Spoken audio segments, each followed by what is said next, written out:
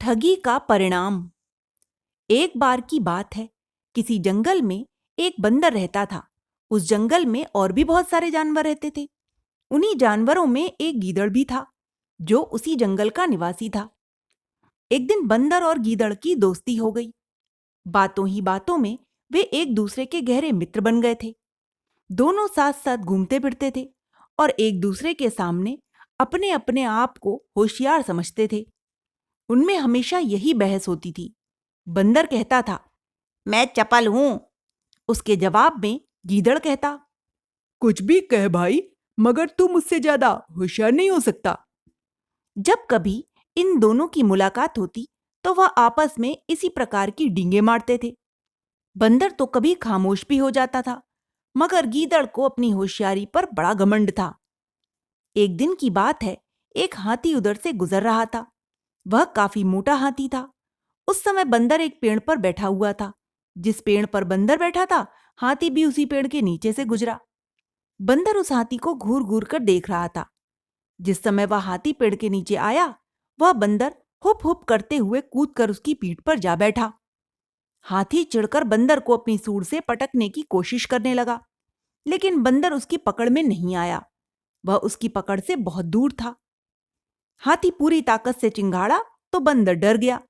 वह जल्दी से कूदकर फिर पेड़ की डाल पर बैठ गया। हाथी को उस समय बहुत प्यास लगी थी। वह पानी पीने के लिए नदी की तरफ जा रहा था। वह सीधा उसी तरफ चला गया। जब हाथी आगे बढ़ गया तो बंदर इतरा कर गीदड़ से बोला, गीदड़ भाई, तुमने आज देख ली ना मेरी चपलता, या अब भी कोई शक है? इस पर गीदड़ बोला, तुम भी इतनी सी बात पर इतराने लगे? भला ये भी कोई बात है? तो फिर तुम ही कुछ दिखा दो ना, आज फैसला हुआ जाता है। बंदर बोला। तब गीदड़ ने कहा, अब तुम कल मेरी होशियारी देखना, फिर बात करना मुझसे। अगले दिन फिर हाथी पानी पीने के लिए नदी की तरफ जा रहा था। बंदर और गीदड़ पहले से ही उसकी ताक में बैठे थे कि कब हाथी आए और कब उसको बेवकूफ बनाए।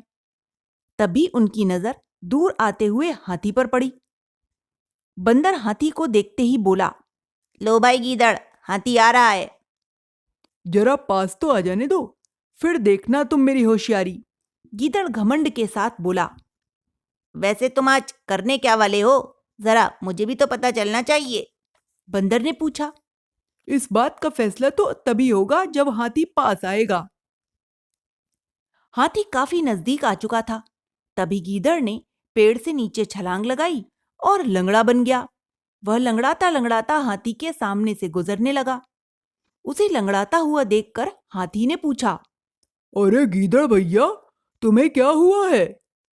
क्या करूं भाई? मेरे पैर में आज मोच आ गई है, इसीलिए मैं चल फिर नहीं सकता।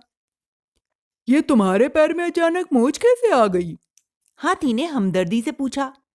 क्या बताऊं भैया, आज सुबह पेड़ से कूदते समय मेरे पैर में मोच आ गई थी, उसने बताया।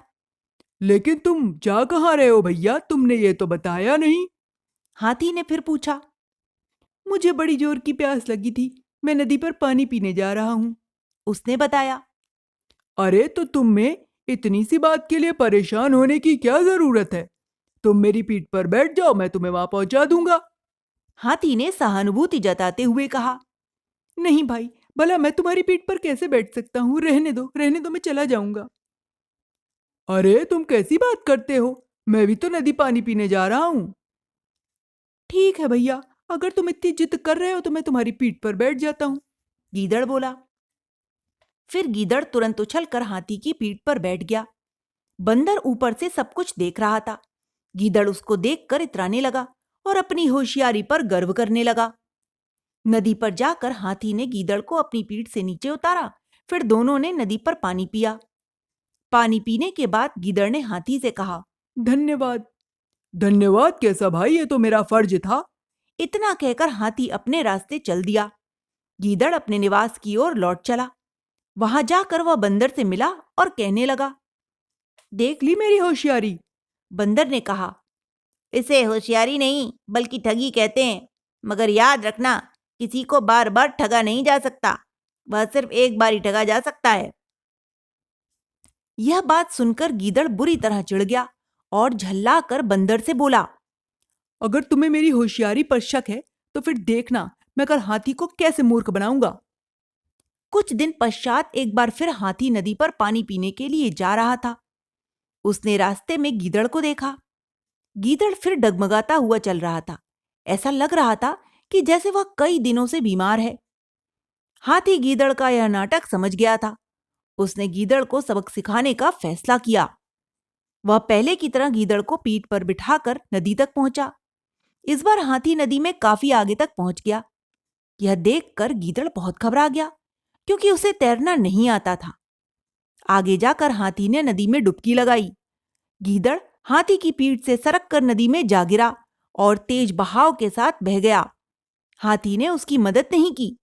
इस तरह गीदड़ की होशियारी उसी पर भारी पड़ गई।